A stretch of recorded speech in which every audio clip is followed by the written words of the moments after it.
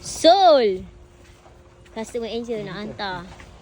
Sol. Wow, rupa-rupanya penuh Kita punya kemah Sol semua dah penuh dengan barang-barang Sol. Macam biasa. Kontena pun dah sampai ni kan. Ni kan gudang Posijan.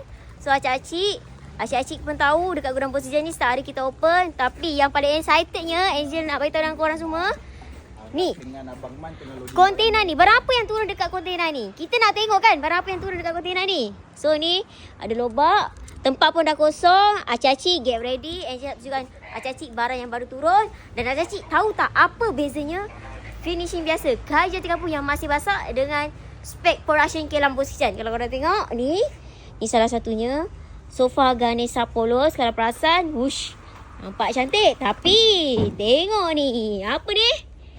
Ada kulat. Ini salah satu reasonnya bila kayu basah, finishing tak cukup spek, dia akan tumbuh dia punya kulat. Yang ini Angel cerita tegak-tegak je untuk geng Posijan. Kalau material, geng pun tahu. Yang ini material corak bunga-bunga. Okey, yang sebelahnya ni, ini yang best. Tengok ni urat dia. Halus, rapat. Dan ini untuk finishing grade A punya Kelam Posijan. Okey, yang macam ni banyak kali sold dekat gudang Posijan dari range 20,000 lebih, 30 lebih ribu. Sebab apa? Kalau kau tengok, nampak sama tapi lain. Nampak sama tapi bila sentuh, tengok dia punya urat lain. Agak-agak ada tak geng-geng je tahu yang ini urat jenis apa? Tahu tak geng? Wah, Binjai kat Parabot Oh, gudang Posijan kan?